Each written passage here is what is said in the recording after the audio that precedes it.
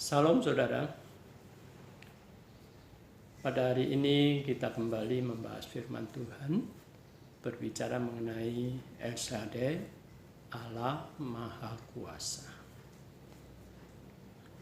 Ketakutan yang paling besar yang dialami oleh seseorang yaitu berbicara tentang kematian yang pertama. Ketakutan yang lebih ringan berbicara soal seseorang tidak punya uang. Mengapa ini bisa terjadi? Karena seseorang mengalami ketidakpastian dalam hidup ini, setelah hidup mau kemana. Hal yang kedua, karena seseorang tidak bekerja, kemudian tidak memegang uang. Dua hal inilah yang membuat seseorang mengalami ketakutan. Padahal dalam firman Tuhan, dalam Injil Matius pasal yang ke-6 ayat 25, saya akan bacakan. Karena itu aku berkata kepadamu, janganlah khawatir akan hidupmu, akan apa yang hendak kamu makan atau minum. Dan janganlah khawatir pula akan tubuhmu, akan apa yang hendak kamu pakai. Bukankah hidup ini lebih penting daripada makanan, dan tubuh itu lebih penting daripada pakaian? Timbulnya gejala ketakutan seseorang diawali dari hal kekhawatiran. Kekhawatiran seseorang disebabkan karena banyak atau beberapa berita yang dia baca, dia dengar, dan dia lihat. Contoh tadi, hidupmu berbicara soal makan dan minum. Tubuhmu berbicara soal pakai.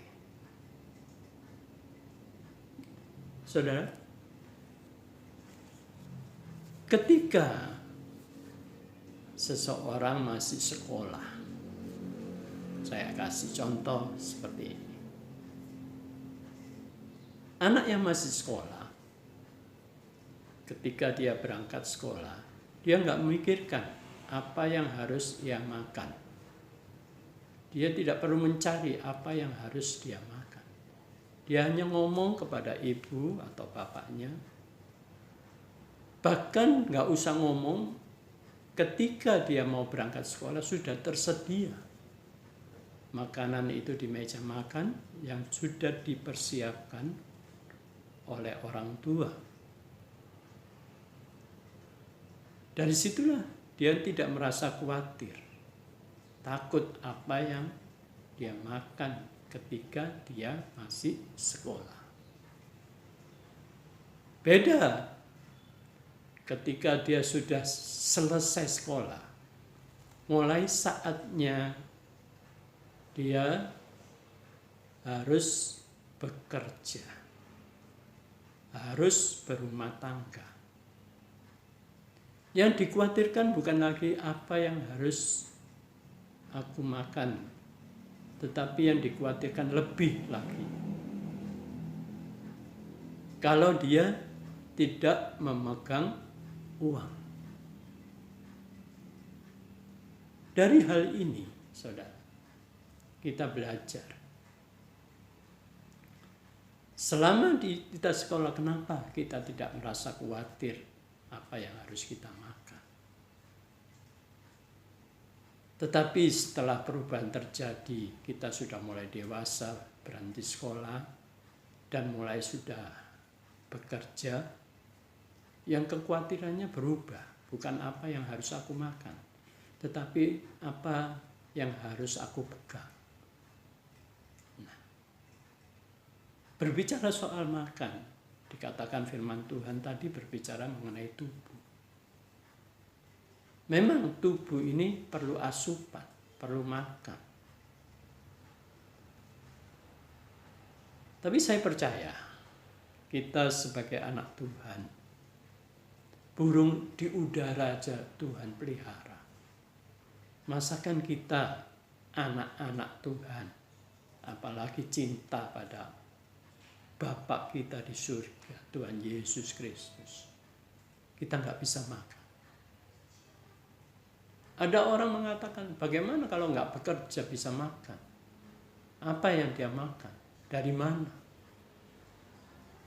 Saya katakan, bukan karena tidak bekerja kita tidak makan. Tapi hikmat dari Tuhan, itu Tuhan sudah berikan kepada anak-anaknya. Tujuannya apa? Supaya hikmat itu dikerjakan. Bukan hikmatnya diberikan Tuhan kemudian dibiarkan, kemudian sepenuhnya nggak mau dikerjakan hikmat itu, kemudian Tuhan pelihara. Oh, bukan itu yang dimaksud. Seperti tadi dikatakan, burung di udara saja Tuhan pelihara. Kalau burung tersebut tidak berjalan, tinggal di sarang saja, tidak mungkin Tuhan itu langsung datang memberi pakan kepada dia untuk dimakan. Enggak. Dia harus keluar, mencari. Nah, demikian juga kita sebagai anak-anaknya. Oh, aku percaya. Aku di rumah saja. Aku nggak mencari. Nanti pasti Tuhan akan pelihara. Saya katakan, itu kalau engkau imani dengan percaya, terjadi. Saya ambil contoh, berapa banyak hamba Tuhan, pelayan Tuhan, memang nggak bekerja, tapi dia memberitakan firman Tuhan kepada jemaat, kepada orang dimanapun mereka berada. Di mana Tuhan suruh, Tuhan beri hikmat, dia kerjakan. Seperti saat ini, seorang hamba Tuhan tinggal di rumah saja. Dan banyak di antara kita anak-anak Tuhan demikian juga, tinggal di rumah saja. Tapi bagaimana hubungan kita dengan Tuhan? Kalau seorang hamba Tuhan, hubungan dia dengan Tuhan, oh banyak berdoa, banyak baca firman Tuhan. Dari mana berkatnya? Oh, Tuhan dikatakan, kalau hikmat yang Tuhan berikan, kalau dia disuruh untuk doa, disuruh untuk baca firman Tuhan, dia kerjakan. Saya percaya Tuhan itu sanggup mengirim orang-orang untuk memberkati dia. Berapa kali kita dengar kesaksian seperti itu. Dan saat ini seperti saya juga. Berapa puluh tahun sudah melayani Tuhan. Saya nggak pernah minta-minta. Tapi Tuhan cukupkan. Karena apa? Saya melakukan firman-Nya. Memberitakan firman-Nya. Berdoa. Membaca firman Tuhan. Menginjil juga. Tapi Tuhan pelihara. Dan saya percaya. Kita perlu mendengar suara Tuhan. Supaya apa? Punya kepastian. Makanya nggak salah. Injil Matius 6 ayat 33. Carilah dahulu kerajaan Allah dan kebenarannya. Maka semuanya akan ditambahkan kepadamu. Nah, seorang hamba Tuhan mencari kerajaan Allah. Demikian juga saya percaya anak Tuhan tujuannya seperti itu. Setelah diberi berkat dalam pekerjaan mereka, pulang daripada menerima berkat atau daripada sudah bekerja, ayo datang kepada Tuhan. cari dahulu kerajaan Allah. Atau sebelum engkau berangkat, cari dahulu kerajaan Allah. Dikatakan semuanya akan tambah. Saya percaya, bukan hamba Tuhan saja diberkati oleh Tuhan. Dan sampai saat ini seperti saya bisa makan. Saudara pun demikian juga. Yang membuat saudara kaya, itu bukan karena tenaga saudara, kekuatan saudara, kepandaian saudara. Enggak. Tetapi semua itu adalah karena berkat dari Tuhan. Amsal 10 ayat 22. Jerih payah seseorang tidak membuat seorang itu bisa kaya. Nah, dari sinilah kita baru tahu, oh ternyata Esa de Allah Maha Kuasa itulah yang aku pegang. Tuhan Yesus Kristus yang semuanya disediakan oleh Tuhan. Jangan lemah. Saat ini kita mentaati pemerintah, mentaati apa yang diinstruksikan Presiden. Karena apa? Karena ada COVID-19. Kita taati. Tapi bukan berarti membuat kita lemah. Berapa banyak berita dari media sosial, dari media TV, berita-berita dari mana saja. Kita dengar bagaimana pandemi daripada COVID-19 ini. Dan bagaimana cara menanggulangi. Kita sudah diberi petunjuk semuanya. Maka dari itu, saya katakan, kita tidak perlu khawatir. Kita tidak perlu takut. Berita banyak yang membuat jiwa kita ini tertekan. Ketakutan terjadi di mana-mana. Tapi kalau kita tahu cara menanganinya dan melaksanakan petunjuk dari pemerintah cara menanganinya, saya percaya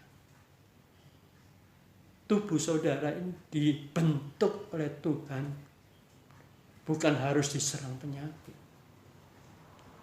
Tapi tangan Tuhan yang membentuk tubuh saudara ini kuat, jiwa saudara ini kuat.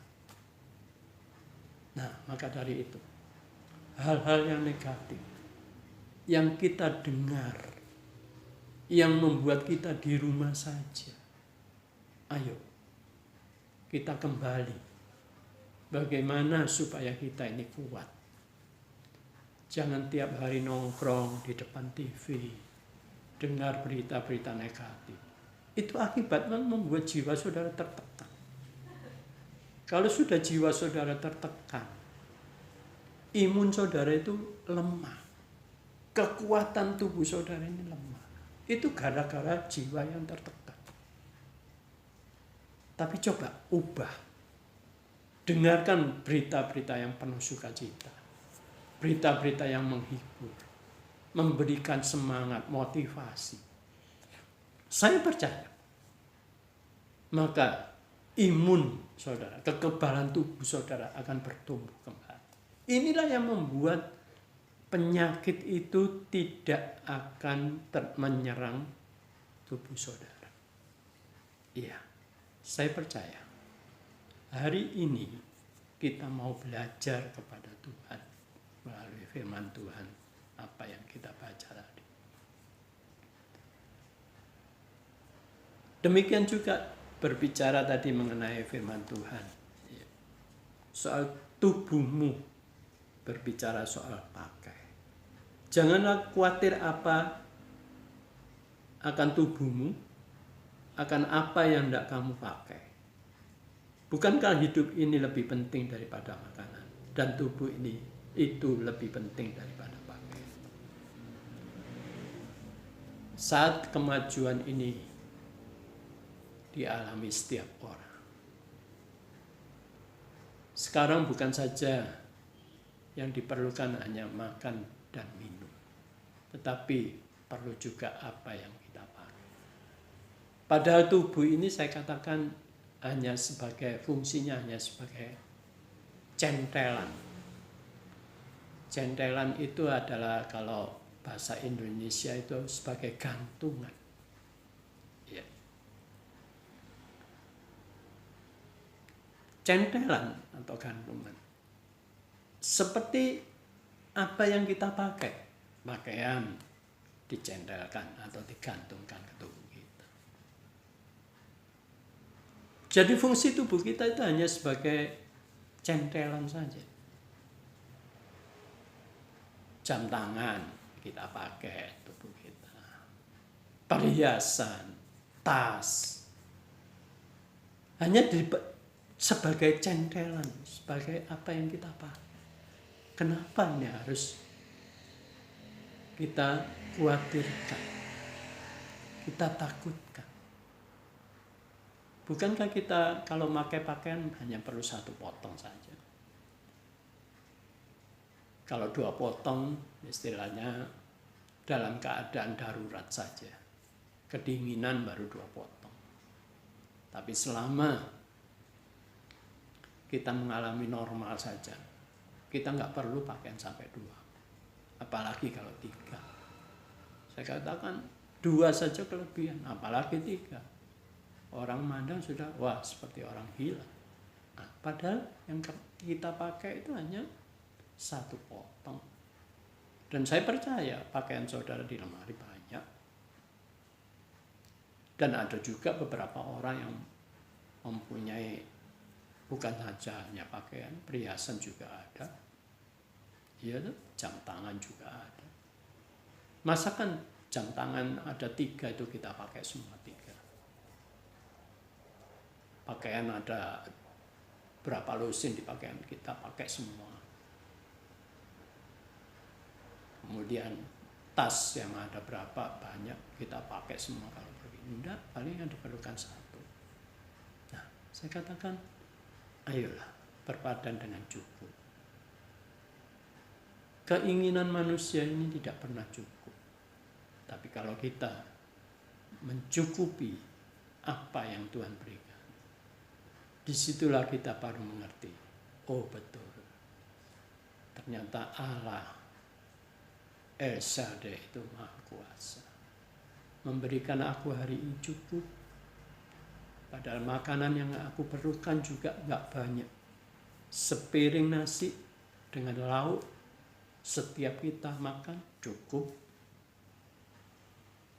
Maka dari itu, hari ini, ayo.